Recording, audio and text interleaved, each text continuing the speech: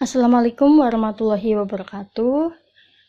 Hari ini kita akan mempelajari materi tentang investigasi wabah. Jadi sebenarnya apa sih wabah atau istilah lainnya adalah outbreak itu? Berdasarkan KBBI tahun 89, wabah artinya penyakit menular yang berjangkit dengan cepat kemudian menyerang sejumlah besar orang di daerah yang luas. Kemudian berdasarkan Depkes RI tahun 81, wabah merupakan peningkatan kejadian kesakitan atau kematian yang telah meluas secara cepat baik jumlah kasusnya maupun daerah yang terjangkit. Jadi kesimpulannya adalah wabah atau outbreak adalah peningkatan insidensi kasus yang melebihi ekspektasi normal secara mendadak pada suatu komunitas atau populasi di suatu tempat terbatas, misalnya desa, kecamatan, kota, institusi, atau negara pada suatu periode waktu tertentu. Di Indonesia, pernyataan adanya wabah ditetapkan oleh Menteri Kesehatan. Di sini ada beberapa kriteria wabah. Yang pertama, harus ada batasan yang jelas tentang komunitas, daerah, dan waktu terjadinya peningkatan kasus. Apakah dalam lingkup desa, kelurahan, dalam lingkup kota, provinsi, atau negara. Untuk dapat dikatakan outbreak, jumlah kasus tidak harus luar biasa dalam arti absolut. Jadi bukan berarti jumlah angkanya, melainkan dalam arti relatif dibandingkan dengan insidensi sebelumnya. Kemudian, segelintir kasus juga dapat disebut wabah jika muncul pada kelompok, tempat, dan waktu yang tidak biasa. Atau ditemukan 2 kasus penyakit yang telah lama absen atau yang telah lama tidak ada, atau kasus yang pertama kali terjadi di suatu wilayah. Kriteria outbreak yang pertama adalah peningkatan jumlah kasus, jadi bukan dalam arti absolut. Artinya apa? Misalnya di kota A biasanya kasus demam berdarah itu ada 10 kasus. Di kota B kasus demam berdarah biasanya ada 50 kasus. Kemudian tahun berikutnya di kota A terjadi peningkatan kasus demam berdarah, misalnya yang biasanya 10 kasus menjadi 50 kasus, sedangkan di kota B yang biasanya 50 kasus menjadi 60 kasus. Mungkin secara absolut kelihatannya adalah jumlah kota B itu lebih besar, jumlah kesakitan demam berdarah lebih besar. Tetapi jika dilihat dari insidensi sebelumnya, peningkatan kasus di kota A itu 5 kali lipat, sedangkan peningkatan kasus di kota B hanya sedikit. Kemudian apabila yang dulunya daerah itu tidak ada penyakit, tiba-tiba muncul penyakit baru, itu juga bisa disebut wabah. COVID awalnya juga disebut wabah karena awalnya tidak ada, kemudian ada. Kemudian statusnya beralih jadi pandemi karena tidak hanya menyerang wilayah tertentu, tapi meluas hampir seluruh negara juga terkena COVID-19. Makanya dari awalnya wabah, kemudian statusnya dinaikkan menjadi pandemi. Kemudian misalnya ditemukan kasus yang sudah lama hilang. Contohnya misalnya seandainya polio itu kan sudah dieradikasi ya, misalnya di Indonesia. Kemudian tiba-tiba muncul yang sudah hilang, kemudian muncul ada 2 kasus, itu juga bisa disebut wabah. Kemudian konsep wabah itu bisa berlaku untuk penyakit menular, contohnya SARS, kolera, TB, COVID. Kemudian bisa berlaku juga untuk penyakit tidak menular, contohnya kanker, stroke, penyakit jantung. Bisa juga untuk perilaku kesehatan, contohnya merokok, narkoba, seks bebas, atau peristiwa kesehatan lain seperti kecelakaan. Kemudian, kenapa sih harus dilakukan investigasi wabah? Yang pertama adalah mencegah bertambahnya kasus. Kemudian, yang kedua, mencegah wabah di masa mendatang. Jadi, jangan sampai ada wabah di tahun berikutnya. Kemudian, yang ketiga adalah menerapkan sistem surveillance. Jadi, investigasi wabah merupakan bagian dari sistem surveillance. Jadi materi ini sudah kita pelajari ya tentang surveillance di pertemuan sebelumnya. Kemudian mempelajari penyakit baru. Ini jika wabahnya itu karena ada muncul penyakit baru seperti COVID-19 ini. Kemudian mempelajari aspek baru dari penyakit lama. Misalnya penyakit itu kan kadang berubah. Jadi mungkin ada virusnya yang bermutasi, atau mungkin misalnya kalau bakteri itu dia sudah resisten dengan antibiotik. Jadi penyakitnya sudah lama, tapi aspeknya atau polanya itu berubah. Itu juga sebuah pelajaran baru di bidang kesehatan. Kemudian yang berikutnya adalah memberi keyakinan kepada publik atau kepada masyarakat bahwa telah diambil langkah-langkah untuk mengatasi wabah sehingga tidak terjadi situasi yang panik. Dan yang terakhir adalah meminimalisir kerugian ekonomi maupun sosial akibat adanya wabah. Karena jika tidak dilakukan investigasi, maka kita tidak tahu akar permasalahannya di mana, sehingga penanggulangan yang kita lakukan itu tidak tepat. Otomatis kejadian wabah itu akan berlangsung terus-menerus dan menyebabkan kerugian yang lebih besar baik secara kesehatan, ekonomi, maupun sosial. Ini adalah tujuan dari investigasi wabah. Yang pertama, tujuan umumnya adalah untuk mengetahui penyebabnya, kemudian untuk menghentikan terjadinya wabah dan mencegah wabah di masa mendatang. Sedangkan tujuan khususnya adalah untuk mengidentifikasi selain tadi ya penyebab, itu juga cara transmisinya, penularannya lewat mana, sumbernya dari mana, siapa saja sih orang yang karier atau pembawa, siapa aja orang yang beresiko, dan faktor resikonya apa saja. Kemudian ini adalah langkah-langkah melakukan investigasi wabah. Yang pertama yang penting adalah persiapan. Persiapan ini bisa macam-macam ya, mulai dari persiapan sumber daya manusianya, persiapan instrumennya atau alatnya, persiapan perizinan juga. Kemudian melakukan identifikasi wabah. Kemudian langkah ketiga adalah melakukan investigasi kasus. Kemudian melakukan investigasi kausa atau menelusur penyebab. Baru kemudian kita melakukan pencegahan dan pengendalian. Setelah dilakukan pencegahan dan pengendalian, ini bisa dilakukan studi analitik jika diperlukan. Jika tidak, studi analitik bisa di-skip.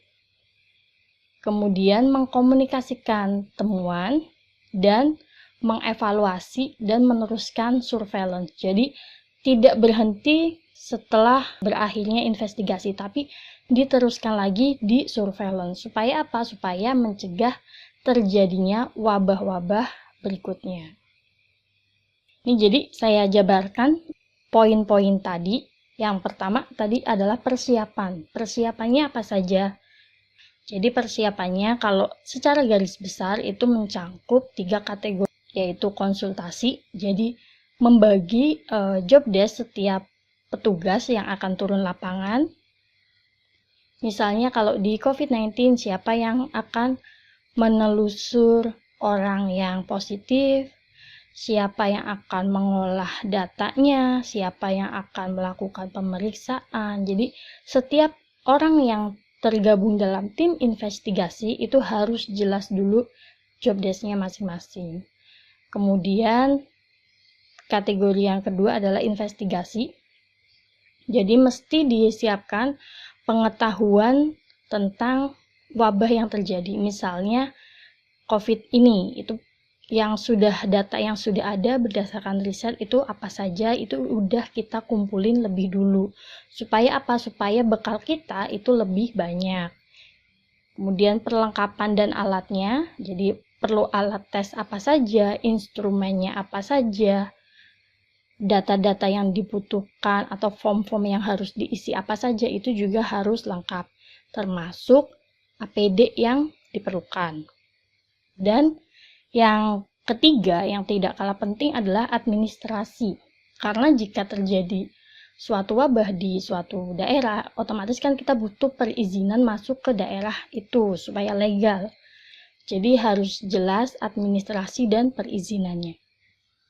Kemudian langkah yang kedua adalah identifikasi outbreak. Apa sih maksudnya? Maksudnya adalah kita memastikan kebenaran adanya outbreak atau wabah. Apakah memang ini adalah wabah atau hanya peningkatan kasus biasa saja. Jadi belum masuk ke kriteria wabah. Contohnya yang tadi saya sebutkan di awal, misalnya di kota B awalnya yang sakit DBD biasanya adalah 50, kemudian naik jadi 60. Apakah kenaikan ini adalah masuk ke kriteria disebut wabah atau hanya peningkatan kasus biasa? Caranya bagaimana? Caranya adalah dengan membandingkan jumlah kasus yang terjadi dengan jumlah kasus beberapa waktu sebelumnya. Bisa minggu, bisa bulan, bisa tahun. Makanya kenapa sih penting banget surveillance itu dijalankan, supaya apa? Supaya data penyakit tiap bulan, tiap tahun itu terdata dengan tepat, sehingga jika ada peningkatan kasus kita bisa membandingkan apakah memang signifikan atau tidak. Sumber investigasi wabah itu bervariasi tergantung dengan situasinya. Untuk penyakit yang harus dilaporkan digunakan catatan hasil surveillance. Jadi misalnya penyakit-penyakit seperti demam berdarah, malaria, TB, kemudian penyakit diabetes, penyakit jantung, kanker, itu biasanya di puskesmas dan di dinas kesehatan itu sudah ada datanya. Jadi kita bisa menggunakan data itu sebagai patokan. Kemudian jika penyakit itu tidak ada datanya, bagaimana? Kita bisa menggunakan data setempat yang tersedia. Jika data lokal tidak ada, maka bisa digunakan rate dari wilayah di dekatnya atau data nasional. Misalnya untuk penyakit X kita sebut. Misal itu terjadi di kota Depok. Nah, kita bisa lihat untuk kota yang lain, itu untuk penyakit X itu biasanya kasusnya jumlahnya berapa banyak. Untuk Bogor misalnya dibandingkan berapa banyak, untuk Jabodetabek itu berapa banyak. Atau kita bisa menggunakan data nasional. Jadi bisa dibandingkan dengan data rata-rata kasus penyakit X di tingkat nasional. Jika tidak ada juga, kita bisa melakukan survei di masyarakat untuk menentukan kondisi penyakit yang biasanya ada. Bila jumlah kasus yang dilaporkan melebihi jumlah yang diharapkan, ini yang sudah saya bilang tidak selalu menunjukkan adanya outbreak. Hal ini bisa disebut pseudoepidemik. Kenapa sih terjadi pseudoepidemik? Yang pertama, karena adanya perubahan cara pencatatan dan pelaporan penderita. Jadi misalnya ketika pencatatan lebih intensif lagi, otomatis jumlah orang yang terdata itu akan lebih banyak. Sehingga mungkin orang mengiranya terjadi peningkatan kasus, padahal yang sebelumnya tidak didata, kemudian didata. Atau misalnya adanya cara diagnosis baru yang lebih tepat. Biasanya pakai tes A, kemudian ada lagi nih tes B yang akurasinya lebih tinggi. Nah, itu juga bisa menyebabkan pseudoepidemik. Jadi seakan-akan kasusnya tuh meningkat, padahal sebenarnya jumlah biasanya juga tinggi tapi tidak terdeteksi saja. Atau misalnya bertambahnya kesadaran penduduk yang berobat. Apa sih kaitannya dengan banyaknya penduduk yang memeriksakan diri ke pelayanan kesehatan, ke rumah sakit, klinik, puskesmas? Otomatis data-data orang yang sakit itu juga terekamnya lebih banyak, sehingga kelihatannya kasusnya banyak. atau misalnya ada penyakit lain yang gejalanya serupa. Makanya ada istilah flu-like illness syndrome. Jadi itu adalah penyakit-penyakit yang punya gejala mirip dengan influenza. Atau misalnya faktor lainnya juga bertambahnya jumlah penduduk yang rentan. Ini juga bisa meningkatkan kejadian. Di tahap identifikasi outbreak itu langkah yang berikutnya adalah pembuktian adanya wabah. Yang pertama, jika penyakitnya endemis dan tidak dipengaruhi oleh musim, maka dilihatnya dari rata-rata penderita setiap bulan pada tahun-tahun sebelumnya. Caranya bagaimana? Caranya adalah dengan menghitung rata-rata atau mean jumlah penderita ditambah 2 kali standar deviasi. Bila jumlahnya melebihi garis ini, maka disebut sebagai wabah. Untuk endemis, epidemi, sporadis sebenarnya udah saya pernah bahas di materi sebelumnya ya. Kalau nggak salah di materi yang pertama. Kemudian apabila penyakitnya endemis dan sifatnya musiman, itu bagaimana? Kita melihatnya jumlah penderita pada musim yang sama di tahun yang lalu. Misalnya penyakitnya itu seringnya muncul di musim hujan. Berarti data yang kita bandingkan adalah data ketika musim hujan. Kemudian kalau penyakitnya tidak endemis itu bagaimana? Maka dibutuhkan data tentang waktu penyakit tersebut biasanya ditemukan dan berapa penderitanya. Jadi kita mesti tahu penyakit ini sering munculnya kapan, jumlahnya berapa. Baru kita bisa membandingkan data yang lama dengan kasus yang baru. Ini ada beberapa kriteria untuk menentukan wabah. Oh ya, wabah istilah lainnya selain outbreak adalah kejadian luar biasa atau biasa kita singkat sebagai KLB. Yang pertama, timbulnya penyakit menular yang sebelumnya tidak ada atau tidak dikenal. Kemudian yang kedua, adanya peningkatan kejadian morbiditas atau kesakitan atau mortalitas atau kematian lebih dari sama dengan 2 kali dibandingkan kurun waktu sebelumnya. Jadi kurun waktu ini bisa jam, hari, minggu bergantung pada jenis penyakitnya. Kalau jam berarti yang masa inkubasinya pendek, contohnya seperti keracunan. Kemudian adanya peningkatan kejadian morbiditas secara terus-menerus selama 3 kurun waktu. Kemudian yang berikutnya adalah angka rata-rata per bulan meningkat 2 kali dibandingkan angka rata-rata sebelumnya. Dan angka kematian atau case fatality rate menunjukkan kenaikan lebih dari 50% dibandingkan data sebelumnya. Jadi kriteria KLB ini sebenarnya bisa kita aplikasikan sehari-hari dengan menggunakan common sense. Khusus untuk kriteria wabah akibat keracunan makanan, ini ada beberapa kriteria. Yang pertama, ditemukan 2 atau lebih penderita dengan penyakit serupa. Biasanya kalau keracunan itu gejalanya adalah gastrointestinal atau gangguan pencernaan sesudah makan makanan yang sama. Jadi jika ada 2 kasus saja dan orang tersebut mengkonsumsi makanan yang sama, nah ini bisa kita masukkan ke kriteria wabah. Kemudian hasil penyelidikan epidemiologi menunjukkan makanan tersebut pastinya sebagai sumber penularan. Tapi ada pengecualian. Jadi untuk keracunan akibat toksin Clostridium botulinum atau bahan kimia, jika didapatkan 1 orang saja yang menderita, maka dianggap sebagai outbreak.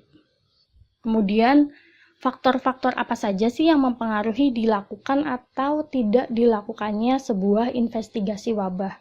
Yang pertama adalah keparahan penyakit. Jika penyakit itu menimbulkan efek yang parah, maka harus dilakukan investigasi wabah. Yang kedua adalah potensi untuk menyebar. Jadi jika penyakit itu potensi penularannya sangat cepat, sangat tinggi, maka harus segera dilakukan investigasi wabah. Kemudian pertimbangan politis, perhatian dan tekanan masyarakat, serta yang terakhir adalah kesediaan sumber daya, baik sumber daya manusia, teknologi, alat tes, sumber materi yang lain itu juga harus tersedia supaya mendukung adanya investigasi wabah. Nah, kemudian langkah yang ketiga tadi setelah investigasi outbreak, langkah yang ketiga adalah investigasi kasus. Tujuannya apa sih? Untuk memverifikasi apakah kasus yang dilaporkan telah didiagnosis dengan benar. Jadi kalau tadi sebelumnya investigasi apakah ini beneran wabah atau bukan, kalau di langkah ini kita mau lihat apakah ini beneran orangnya itu kasus positif atau tidak. Kemudian yang kedua adalah untuk menyingkirkan kemungkinan kesalahan laboratorium yang menyebabkan peningkatan kasus yang dilaporkan. Jadi selain tes laboratorium pastikan ada tes-tes yang lain. Nah, kita untuk menyingkirkan kemungkinan kesalahan laboratorium. Peneliti itu biasanya mendefinisikan kasus dengan menggunakan kriteria klinis yang bisa dilihat dari gejala atau onset, kemudian kriteria epidemiologi biasanya dilihat dari manusia, tempat, dan waktu, dan kriteria laboratorium. Ini beberapa yang harus diperhatikan ya. Jadi definisi kasus itu harus valid, baku, dan seragam. Supaya apa? Supaya memastikan bahwa setiap kasus didiagnosis dengan cara yang sama, konsisten, tanpa bergantung siapa sih yang mengidentifikasi. Jadi hasilnya akan valid. Nah, setelah kasus didefinisikan dengan benar, kemudian akan diklasifikasikan menjadi kasus suspek, mungkin, dan pasti. Mungkin kalau kemarin di COVID-19 itu ada kasus positif, kemudian awalnya ada orang tanpa gejala, kasus negatif. Nah, sebenarnya kalau secara umum kriterianya itu ada 3, suspek, mungkin, dan pasti. Apa sih perbedaan dari ketiga kriteria ini? Yang pertama kasus suspek. Jadi tanda dan gejala atau misalnya sindrom yang diderita oleh seseorang itu cocok dengan penyakit. Jadi gejala-gejalanya sesuai. Kemudian ada bukti epidemiologinya. Apa sih yang dimaksud bukti epidemiologi? Bisa saja misalnya dia adalah orang yang beresiko. Dia pernah kontak dengan orang yang positif. Namun tidak ada bukti laboratorium atau misalnya bukti laboratorium negatif atau belum ada. Ini kita masukkan sebagai kasus suspek, jadi diduga. Kemudian yang kedua adalah kasus mungkin. Apa sih kasus mungkin itu? Jadi yang pertama, tanda dan gejala cocok dengan penyakit, ada bukti epidemiologis juga, ada bukti laboratorium yang mengarah tapi belum pasti, misalnya baru tes serologis tunggal, jadi belum ada tes lanjutan. Nah, ini masuk ke tingkatan berikutnya yaitu kasus mungkin. Dan yang ketiga itu adalah kasus pasti. Jadi bukti laboratoriumnya pasti, kemudian ada atau tidak ada gejala klinis, ada atau tidak ada bukti epidemiologi, tapi ketika bukti laboratoriumnya pasti, itu bisa kita masukkan ke kasus pasti. Kemudian langkah yang berikutnya setelah investigasi kasus adalah investigasi kausa atau penyebab. Yang pertama, kita melakukan wawancara dulu dengan kasus atau dengan orang yang tadi ya, baik itu suspek mungkin atau yang pasti, untuk menemukan kausa atau penyebab terjadinya wabah. Biasanya kita bisa menggunakan kuesioner yang baku. Jadi antara satu orang dengan yang lain, pertanyaan yang diajukan itu sama. Kemudian bisa juga dilakukan wawancara dengan pasien, dengan dokter yang bertugas, atau dengan petugas laboratorium. Nah, apa saja sih informasi yang digali? Yang pertama adalah identitas diri, mulai dari nama, alamat, jadi seperti biasa. Kemudian demografis, umur, jenis kelamin, rasnya apa, pekerjaannya apa. Kemudian kemungkinan sumber atau paparan, jadi habis ketemu dengan siapa, habis dari mana, mungkin ya kalau di COVID, apakah pernah bertemu dengan orang yang positif, apakah pernah ke tempat-tempat publik, kemudian faktor resikonya, Kemudian gejala klinisnya bisa kita verifikasi berdasarkan definisi kasus yang sudah ditetapkan. Kemudian dicatat tanggal terjadinya mulanya gejala supaya kita bisa membuat kurva epidemiologi. Kemudian dicatat komplikasinya atau misalnya jika ada kematian juga harus dicatat. Kemudian jika ada orang yang melaporkan kejadian ini, kita juga bisa menggali informasi tambahan dan laporan balik hasil investigasi. Misalnya ketika terjadi keracunan, biasanya kan ada yang melaporkan. Jadi selain kita melakukan wawancara dengan si pasien, dokter, petugas lab, kita juga bisa melakukan wawancara dengan si pelapor yang melaporkan kejadian tadi keracunan. Kemudian informasi-informasi ini kita masukkan ke tabel outbreak. Variabel kasus itu ada di kolom, urutan kasus itu ada di baris. Kemudian informasi tentang kasus yang dicatat di tabel outbreak itu fungsinya untuk apa sih? Untuk merumuskan hipotesis tentang sumbernya, dari mana, penyebabnya apa, dan bagaimana cara penyebarannya. Setelah data dikumpulkan, kemudian dianalisis dulu secara deskriptif. Apa sih analisis deskriptif itu? Jadi kita menghitung jumlah kasus, menganalisis waktu, kemudian menghitung insiden rate-nya, kemudian mendeskripsikan frekuensi dan polanya, kemudian menggambar kurvanya, kecenderungan kasusnya, luas daerah yang terkena outbreak, dan populasi yang terkena. Sehingga nanti bisa diduga bagaimana penyebaran dan sumber outbreak-nya. Yang pertama, untuk melakukan epidemiologi deskriptif, langkah yang pertama adalah tabulasi. Jadi kita mendeskripsikan data menurut karakteristik orang, kemudian mempelajari perbedaan resiko antara kelompok populasi yang terkena wabah dan yang tidak berdasarkan kriteria umur, jenis kelamin, pekerjaan, status sosial, dan sebagainya. Kemudian distribusi resiko akan ditampilkan dalam bentuk, karena tadi tabulasi berarti dalam bentuk tabel. Langkah yang kedua adalah membuat kurva epidemi. Ini kalau kurva epidemi itu berdasarkan karakteristik waktu, kalau tabulasi berdasarkan karakteristik orang. Kurva epidemi adalah grafik yang menghubungkan tanggal onset atau tanggal terjadinya penyakit atau masa inkubasi dengan jumlah kasus. Manfaat kurva epidemi ini adalah yang pertama, memberikan petunjuk tentang agen infeksi dan masa inkubasinya. Kemudian mengisyaratkan besarnya masalah dan perjalanan waktu.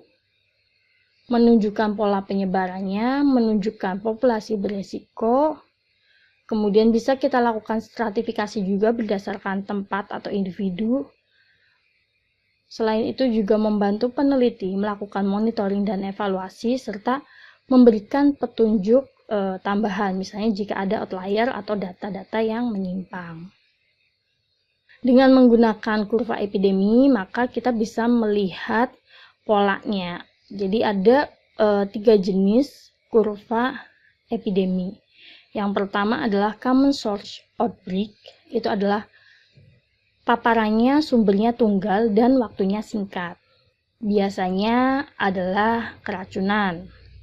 Kemudian continual source outbreak, itu adalah periode pemaparannya panjang dan kurvanya itu berpuncak tunggal dan datar. Dan yang ketiga adalah propagated atau person to person outbreak. Jadi penularan dari orang ke orang, puncaknya banyak, jaraknya 1 masa inkubasi. Ini adalah contoh kurva epidemi. Ini yang common source outbreak. Jadi waktu terjadinya cepat, biasanya cenderung untuk kasus-kasus wabah karena keracunan. Ini continual source outbreak.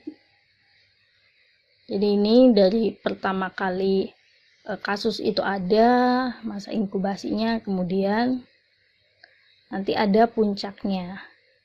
Dan propagated atau person to person outbreak. Ciri khasnya adalah biasanya jeda antar puncak itu ada masa inkubasi. Jadi ini ada kasus 1, kemudian ini mulai lagi ada masa inkubasinya, ini tergantung penyakitnya ya, masa inkubasinya. Ada kasus lagi, kemudian turun, ada kasus lagi, dan seterusnya. Namun secara umum sebenarnya kurva epidemiologi atau kurva wabah pasti arahnya akan seperti ini. Jadi menanjak itu menunjukkan bahwa jumlah kasus terus bertambah, wabah akan menuju puncak dan akan banyak kasus baru. Kemudian setelah sudah mulai puncak, maka wabah akan semakin berkurang atau berakhir. Nah, kemungkinan ini ada 2, apakah orang itu sembuh ataupun meninggal. Namun besarnya kurva ini tergantung dengan jenis penyakit. Kemudian langkah yang ketiga, kita bisa membuat spot map atau arena map. Ini mendeskripsikan karakteristik tempat. Kalau bedanya adalah kalau spot map itu bentuknya titik, kalau area itu arsiran wilayah. Kemudian setelah membuat spot map atau arena map, kita bisa merumuskan hipotesis. Ini contoh spot map. Jadi semakin banyak titiknya berarti kasusnya itu makin banyak. Atau area map. Kalau area itu berarti bentuknya gradasi warna. Kalau yang di COVID sekarang itu biasanya kan ada daerah yang zona hijau, zona merah, zona hitam. Nah, ini sama, ini area map. Kemudian langkah yang kelima adalah melakukan pencegahan dan pengendalian. Bila sudah ada fakta tentang penyebab, sumber, dan cara penularannya, maka harus dilakukan pengendalian sesegera mungkin. Prinsipnya adalah semakin cepat pengendalian, maka peluang keberhasilan akan lebih baik dan kasus baru itu bisa dicegah. Ini adalah prinsipnya. Yang pertama adalah mengeliminasi sumber patogen. Jadi eliminasi patogennya, pengendalian sumber infeksinya, pengurangan kontak misalnya ya dengan karantina atau isolasi, kemudian merubah perilaku. Contohnya kalau di COVID 3M, pengobatan kasus, atau kalau itu flu burung itu salah satu pengendaliannya dengan membasmi unggas, itu juga bisa. Atau prinsip yang kedua adalah memblokade proses transmisi. Misalnya dengan cara apa? Dengan cara menggunakan APD. Kemudian bisa disinfeksi, bisa pertukaran udara, penggunaan filter, pengendalian vektor. Misalnya kalau penyakitnya seperti demam berdarah atau malaria itu bisa mengendalikan vektor atau nyamuknya. Atau dengan mengeliminasi kerentanan. Misalnya dengan apa? Dengan vaksinasi, pengobatan, mengisolasi komunitas yang tidak terpapar, atau menjaga jarak sosial. Ini yang saat ini sedang kita lakukan. Nah, langkah keenam adalah melakukan studi analitik. Nah, tadi ya seperti yang sudah saya katakan di awal, studi analitik dilakukan jika diperlukan. Jadi jika fakta yang diperoleh dari investigasi kasus dan penyebab belum memadai, maka harus dilakukan studi analitik yang lebih formal. Kenapa studi analitik dilakukan malah setelah melakukan pencegahan dan pengendalian? Karena jika studi analitik kita lakukan dulu, nanti respon pencegahan dan pengendaliannya jadi lebih terlambat. Jadi setelah epidemiologi deskriptif kita lakukan. Jadi setelah epidemiologi deskriptif kita lakukan pencegahan dan pengendalian, baru kita lakukan studi analitik. Supaya apa? Supaya lebih cepat respon pengendaliannya, sehingga wabah itu bisa lebih cepat ditekan. Kemudian langkah yang ketujuh adalah mengkomunikasikan temuan. Jadi temuan dan kesimpulan investigasi wabah itu harus dipaparkan kepada pihak-pihak yang berkepentingan. Misalnya mulai dari pemimpin dinas kesehatan, pihak pengambil kebijakan.